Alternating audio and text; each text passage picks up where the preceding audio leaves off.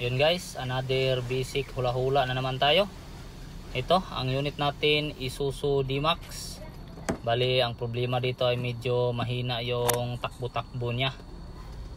Yan, so observe natin yung kahimtang dito. Pinaandar ko na lang muna. So kita natin na nakailaw yung sign na naman ng pitaka. Yan, so yan yung isusolve natin kung paano natin yan mahulaan. RPM natin ng kunti. Yun. So yan yung titingnan natin kung ano ba yung gihambin nga balatian. Sige, pasok Matske. Ano ka ting? Buhay scanner. Wala may scanner? Wala, subayad nga.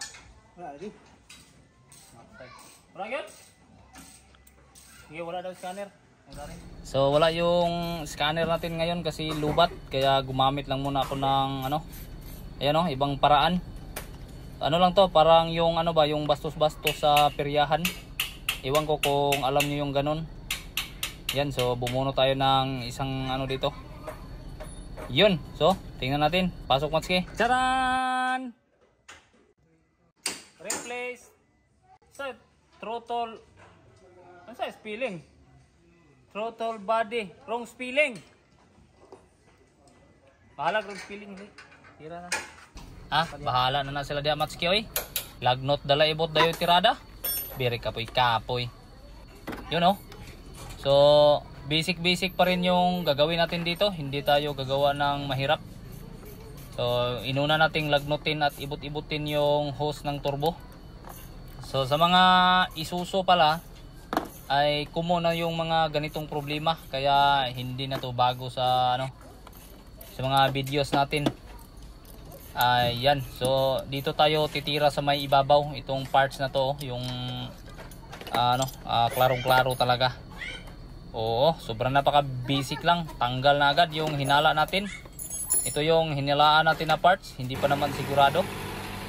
Pero tara, maghanap tayo ng parts dito para meron tayong maikabit.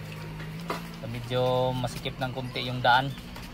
Ano kaya yung ginawa ni Matske? Bakit pumasok dito sa bahay? Ayan, ay may binuksan niya yung rep. O kaya yung, uy, isda man yan Matske, hindi man yan parts. O dito na naman sa ibabaw. Kaya yung ginawa, okay. Yun oh, meron palang nakaimbak dito na parts ng Isuzu. Oo, magkaparehas pa naman din. Yun oh, ayos. Hindi ba? Okay. Malamig nga talaga. Malamig nga Matske Siguradong malayo sa overheat ang sasakyan na to Matske. Kasi kinabitan mo ng nakasilid sa freezer yung parts. Yun oh. So kinabit-kabit na agad. Sobrang lang talaga, napaka basic lang. Andyan pa talaga sa ibabaw nakakabit yung parts. So tinuyok-tuyok na naman yung mga bolt para masauli. Fast forward natin yan Matske. Biri kapoy-kapoy na magtanaw-tanaw sa imo diha. Yun, so wag kalimutang itaod-taod yung sa ibabaw oh.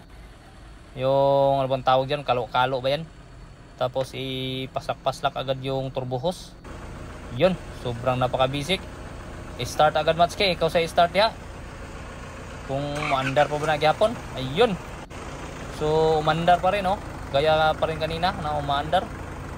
Pero nagpalit tayo ng parts, so yung parts na yan. So ngayon ay tingnan natin kung ano yung resulta sa kabubuhan ni Matske. Dito tayo. Ayun.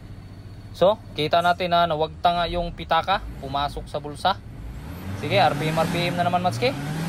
1, 2, daghan-daghan na Matske para dakong libor.